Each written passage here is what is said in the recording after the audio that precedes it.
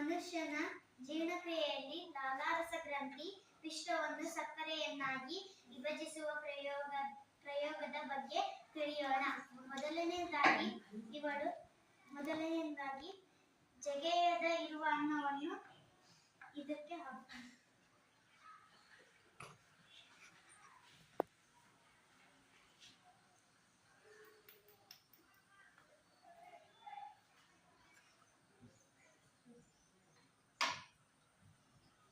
ಮೂರಿಂದ 4 ನಿಮಿಷ ಜಗಿಬೇಕು.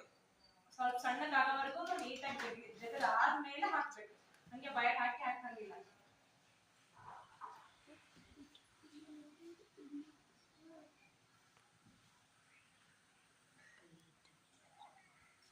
ಇದಕ್ಕೆ ಇವಾಗ 3ರಿಂದ 4 ml ನೀರನ್ನು ಹಾಕ್ಬೇಕು.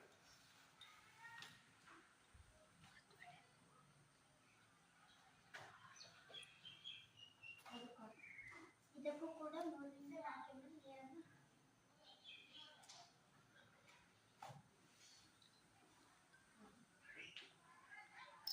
ಎರಡಕ್ಕೂ ಏನ್ ಹಾಕೈತಿ ಈಗ? ನೀರು. ಇದು ಜಗದೇ ಇರುವ ಅನ್ನ, ಇದು ಜಗಿರುವ ಅನ್ನ.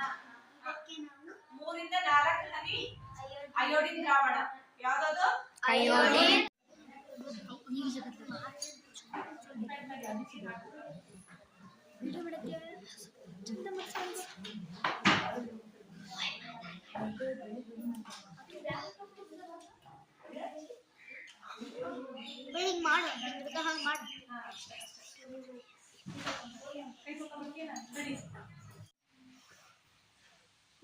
ಅಯೋಡಿನ್ ದ್ರಾವಣವನ್ನು ಹಾಕ್ಬೇಕು 3ರಿಂದ 4 ಹನಿ.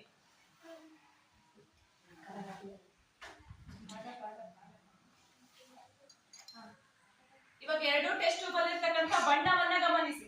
ನೋಡಿ ಏನಾಯ್ತು ಇಲ್ಲಿ? ಚೇಂಜ್ ಆಯ್ತು ಕಲರ್ ಇಂದಾಗೆ. ದ್ರಾವಣ ಯಾವ ಕಲರ್ ಇತ್ತು? ಅದ ಇರ್ತಾನೆ. ಇದ್ರಲ್ಲಿ ಯಾವ ಕಲರ್ ಆಯ್ತು? ಕಪ್ಪು ನೀಲಿ ಬಣ್ಣ ಯಾವ್ದು ಇರುವಿಕೆಯನ್ನ ತೋರಿಸುತ್ತೆ?